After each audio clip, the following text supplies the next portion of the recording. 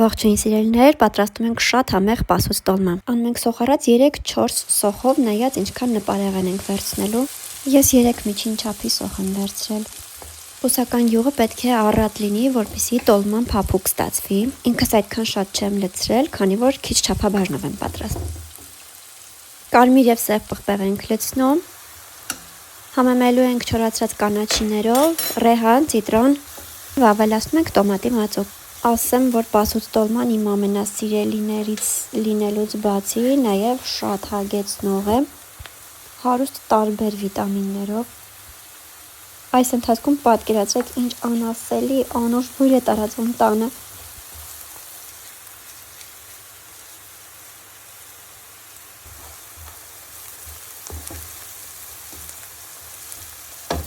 Սիրելիներ, ես այստեղ տոմատը շատ չեմ լցրել, քանի որ տոմատաջուր եմ պատրաստում եւ վերջում ավելացնում ընդհանուր ամբողջ տոլմաների վրա։ Դա եւս տեսանյութում երևում է։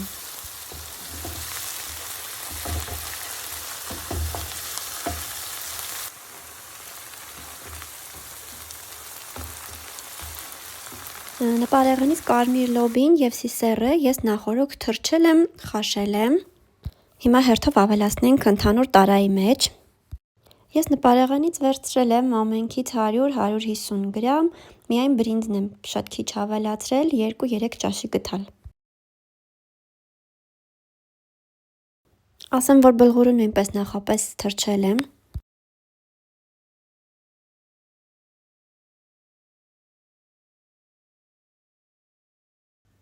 Լավ խառնում ենք ամբողջը։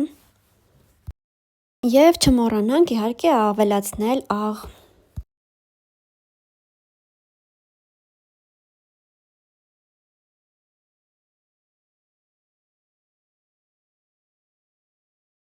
Ամբողջ նպարեղենը իրար լավ խառնելուց հետո ավելացնում ենք մեր շատ համեղ սոխառածը։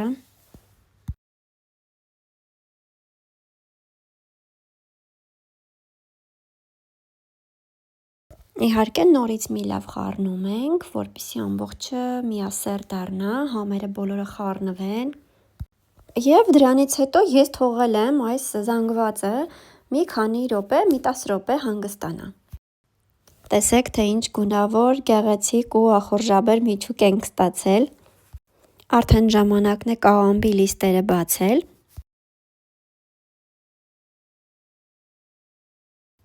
Եվ առատորեն լցնել մեր համեղ միջուկը։ Մի ամբողջական կաղամբի լիստին 2-3, նույնիսկ 4 գթալ միջուկ կարող ենք լցնել։ Նայած ինչ չափի կաղամբ ենք վերցրել։ Տեսեք ինչ առատ միջուկով մեծ պասուց տոլմաներ ենք ստանալու։ Իհարկե մոռացասեի, որ շատ համեղ տոլմաներ ենք ստանալու, քանի որ ես արդեն պատրաստել եմ, մենք կերել ենք, իհարկե շատ համեղ էր։ Դուք էլ ուրախացրեք ձեր ընտանիքին, պատրաստեք այս համեղագույն մեր հայկական տոլմաները։ Կաթսայի տակ արդեն դասավորել եմ կաղամբները, որոնք չեմ օգտագործելու։ Գեղեցիկ փաթաթում ենք տոլմանները եւ շարում ենք կաթսայի մեջ։